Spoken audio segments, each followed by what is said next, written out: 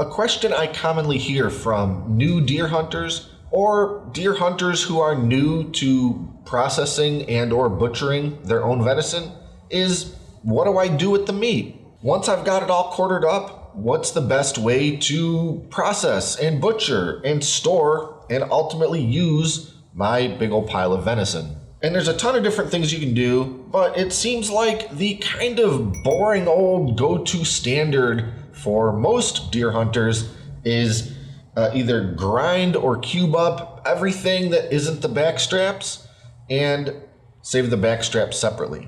And there's plenty of things you can do with cubed or ground venison. You know, you got your chili and your spaghetti sauce and your burgers and stews and all the normal stuff.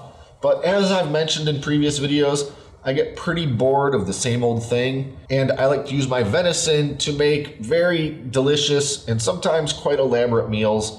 And for that reason, I do not simply grind or cube up practically the entire deer. So in this video, I'm going to try to explain with some decent level of detail what it is that I do like to do with the cuts that I get from a deer. So I'm out here in the garage, and just a little while ago, I finished skinning and quartering a deer. And I've got it all laid out so I can show you what we're looking at and kind of start diving into what I like to do with my cuts of meat when I get to this point. Okay, and here we have that deer all quartered up and ready to go. And I guess this doe wasn't especially huge, so, you know, I got an appropriate amount of meat from a deer that size. But the meat all looks great, and I'm sure it's gonna end up being delicious in whatever I make with it. Now it's just time to start breaking these cuts down a little further, package them all up, and they'll be ready for the freezer. So here we have what I would call the 6 main cuts that you get when you quarter a deer. I know quartering, that should be 4, but we end up with more than 4 pieces. First, of course, we have our 2 shoulders, and then our 2 hindquarters, and lastly, but not leastly, our backstraps. Now, if you're already familiar with the cuts of a deer, you may notice that I'm missing a couple, and that would be the tenderloins. Also extremely common to have when you butcher a deer. 2 shoulders, 2 hindquarters, 2 backstraps, and 2 tenderloins. Unfortunately for this deer that I just finished butchering, the tenderloins were just not especially viable or usable. And there's a couple reasons for that, and it mostly boils down to them getting really messed up during the field dressing process. So there was a little bit of meat to trim out of there, and I've got a little pile, but they don't look like nice, pretty, presentable tenderloins, so I left them out of this presentation. But that's okay. Usually the tenderloin, salt, pepper, thrown in a skillet, that's pretty much the end of it. Very delicious, and often the first thing that anyone eats when they cut up a deer. So there's not much to it, and there's a lot more to the remaining cuts that we have here. I guess the backstraps, they kind of speak for themselves. Most people, including myself, would cut these up into steaks. And there's a couple ways to do it. You can, of course, just segment it down into about 4 or 5 steaks like that. Or if you've got a nice thick backstrap, which I guess this one isn't particularly thick, cutting them into some medallions is the way that I like to go. For a backstrap this size, I probably will just keep it in sort of steak form and cut this into about 4 pieces. And obviously before I do anything else with it, I would go ahead and trim off all this silver skin and any other little bits of fat that are still on there, because of course that is not going to taste very good. Deer fat and silver skin does not render down. It does not melt and become delicious like beef fat or pig fat. So you really want to get as much fat and silver skin off of everything as possible. As for these shoulders, well, there's a lot of things you could do with it. And some people really like making a shoulder roast. They'll take the whole thing, roast it, or even smoke it, and it ends up coming out pretty good. For me, that isn't my favorite way to use a shoulder. And in fact, I mostly use these for the ground meat and the cubed up stewing meat. So there isn't anything too fancy or complicated that I do with the shoulders, except just sort of cut it all off the bone and cube it up. Although there is one exception to what I just said, and that's the shank. On both shoulders and both hindquarters, you end up with this shank. And that's, I guess on the shoulder, it would be kind of like the bicep, if we were trying to equate this to the anatomy of, say, a person. I've already gotten rid of the hoof and the piece of leg at the bottom, which I guess you could equate to a forearm. But this shank here and the shank on these hindquarters is a very valuable piece to me. And that's not the case with everybody. A lot of people look at this as almost a useless piece of the deer. And that's because it's very tough and it's got a lot of tendons in there. So it's common for these to just be cubed up or ground up like the rest of it. But for me, there's perhaps no tastier part of a deer, if prepared right, than these shanks. And I made a whole video showing how I braise my deer shanks to make the absolutely most delectable dish you've ever had. Now, to get these shanks off of here, there's a couple ways to do it. If you can find the joint just right with your knife, you can just sort of follow it around, pop this thing right off. Alternatively, you gotta get a bone saw out and just sort of cut that off about where the shank seems like it ends. Sometimes I just can't find that joint with my knife, no matter how much I know it's right in there. So I'll get the bone saw and make quick work of it. So again, with the shoulders, I like to cut off the shank, put that aside, and then just start trimming off the silver skin, any of the fat, and cube that meat right up. I tend to store it that way, so then later on I can choose whether I want to use it as cubed stew meat or run it through the grinder to have ground venison. Now for me, the most complicated and decision heavy part of the deer is the hindquarter. And that's because these things are comprised of several sort of individual roasts. And it's hard to really see what I'm talking about until I start getting in there and cutting these things apart. But there's a lot of different individual muscle groups inside of this hindquarter. Some are very tender, some are pretty tough. All of them can be cooked to perfection and be an absolutely delicious meal.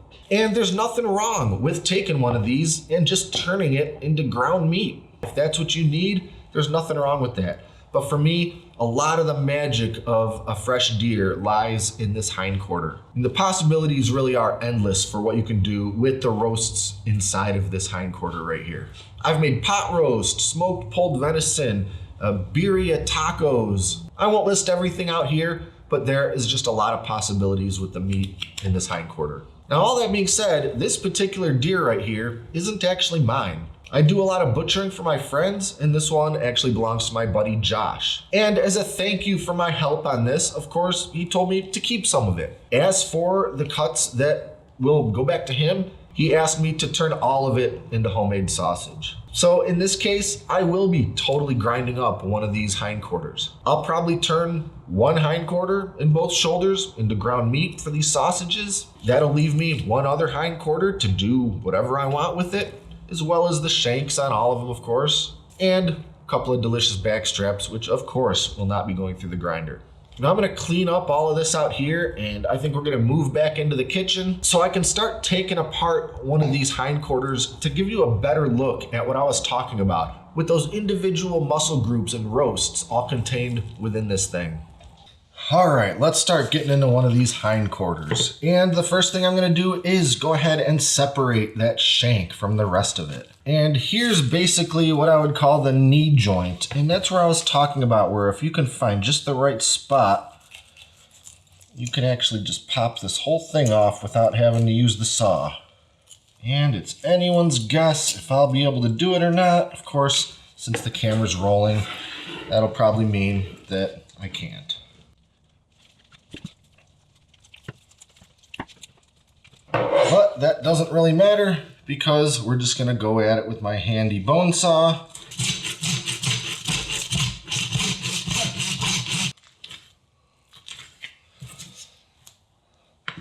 And there we've got a beautiful deer shank. Now, a lot of people like to use an electric sawzall for this sort of thing, and I've definitely done it that way, but I gotta tell you, it is really tricky and difficult to clean a sawzall. Every time that blade goes in and out, it's pulling sinew and meat and silver skin and fat all up into the mechanics of that saw. And so for that reason, I use a good old-fashioned manual saw. Super easy to clean, nothing to it. As for this shank, I'm gonna go ahead and vacuum seal it and store it just like this. And when I go to actually cook it, I'll start trimming away and cleaning up all this silver skin and fat on there. I could of course do it all right now, but it really is just a ton of work to do all of this as it is, and this just kind of lets me be a little bit lazy and put some of that work off till later.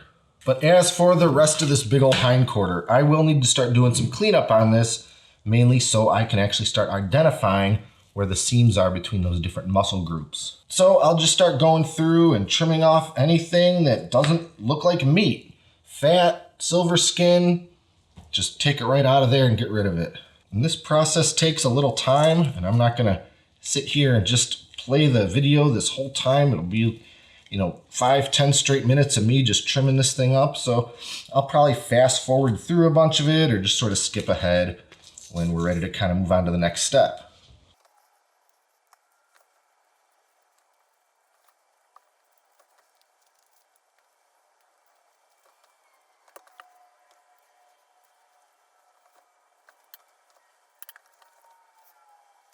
All right, there's obviously still plenty of fat and silver skin still to trim off of this, but I want to kind of show you some of these seams that I'm beginning to uncover. And here's a great big one right here. And a lot of what's involved in breaking down these different muscle groups is just going by feel. You can almost work your fingers through and separate a lot of these seams just with your hand. Of course, I'll get the knife in there as needed to help it along. Trim up some more of the silver skin and fat as I come across it, but we can really just start following anything that looks like a seam and just little by little start cutting into it. Don't go too much at a time because you'll end up cutting right through it, going right into the next muscle group. But if we just take our time, we'll be able to start deconstructing this thing little by little and pull apart all these separate roasts.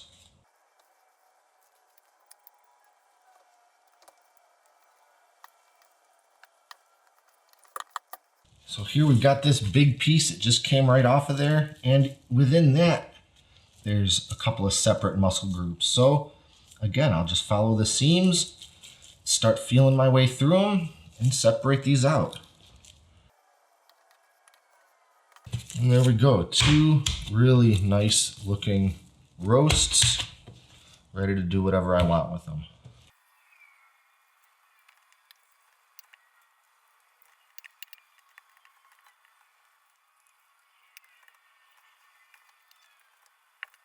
And as we get down to this last sort of big hunk here, and we got the bone running inside of it, I'll do my best to sort of just surgically remove the roast from around the bone.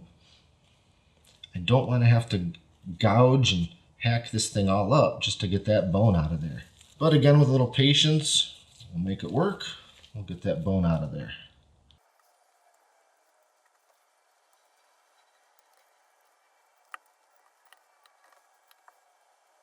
And there we have the big old femur bone. Now with this last big hunk of meat, this may seem like just one roast, but there's actually a couple of things going on here. First, here's a little bit of the other part of that bone that I failed to remove with the knife earlier and got the bone saw out. So I'll end up cutting that out.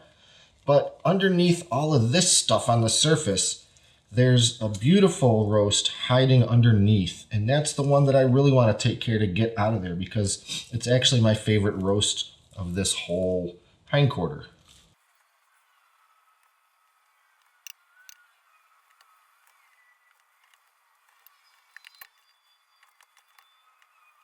And that right there is what's known as the football roast, maybe for kind of obvious reasons, but I really like this one for braising or really anything that involves roasting or stewing in some sort of liquid for quite some time. I made Mexican birria out of a football roast last year, and it came out fantastic. Any which way you could slow cook this thing, you're gonna have a really good meal.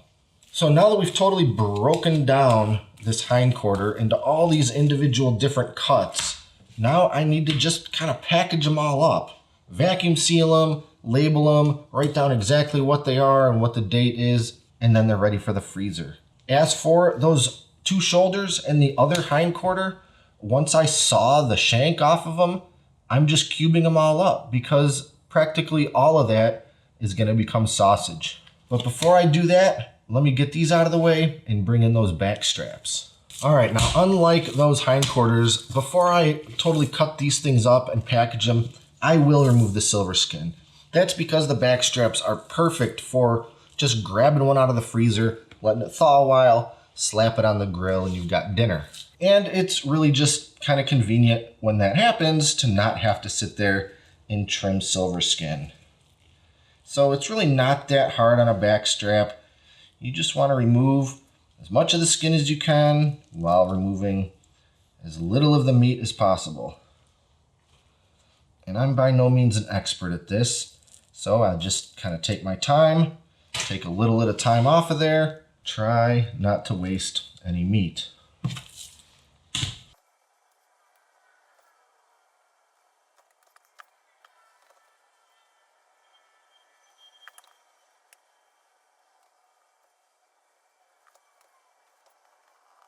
Well, that one's looking pretty good to me, so now I just have to decide how long to slice each steak. This is kind of a thin back strap, so I don't want to go, too tiny, otherwise I won't have much of a dinner. So I'm thinking something probably about like this looks good to me.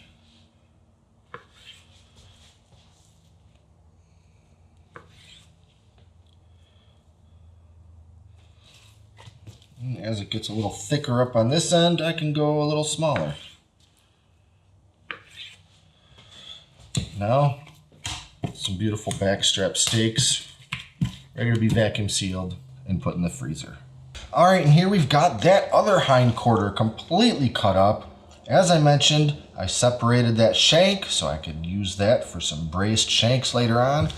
All the rest of it, minus the fat, most of the silver skin, any weird glands I might come across. Everything else is just cubed up into a lot of chunks, and this is gonna go into the freezer for now, but will ultimately get ground up for sausages. Now the only thing I really have left to do is to do the same thing as this with those two shoulders. Separate the shank, cube everything up to be ground up probably later. So I'm gonna get going on those two shoulders, and I'll jump ahead a bit in this video to where we're at a little while down the road.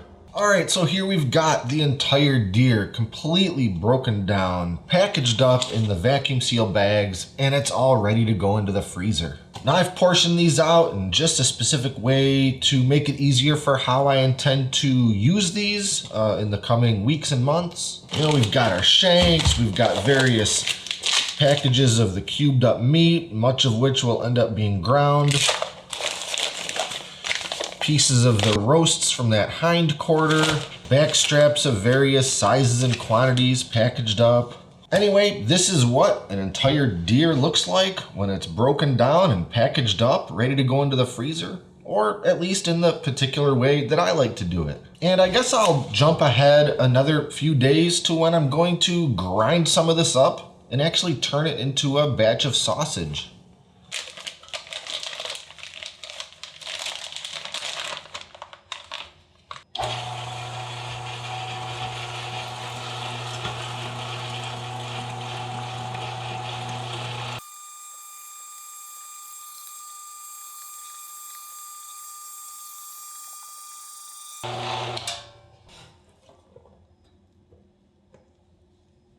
Well, it's a few days later, and I've made an absolute ton of sausages. I ended up making quite a variety of different types of sausage. We got everything from the classic breakfast links to the beer bratwurst, some of the best smoked Texas hot links you ever saw, and one of my own creations that I actually made a video about not too long ago, which is my chili flavored sausages. In total, there's 87 sausages in this frame right here. And of course, some of them are smaller than others, but just to give you kind of an idea of the scale of just how many sausages you can make out of basically half a deer.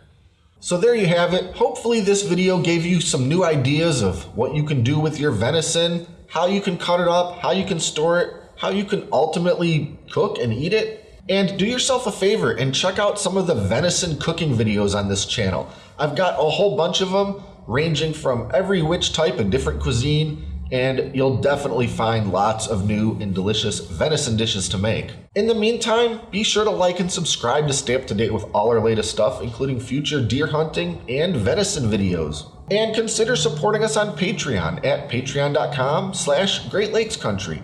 Thanks for watching, and until next time, I'm John, and this is Great Lakes Country.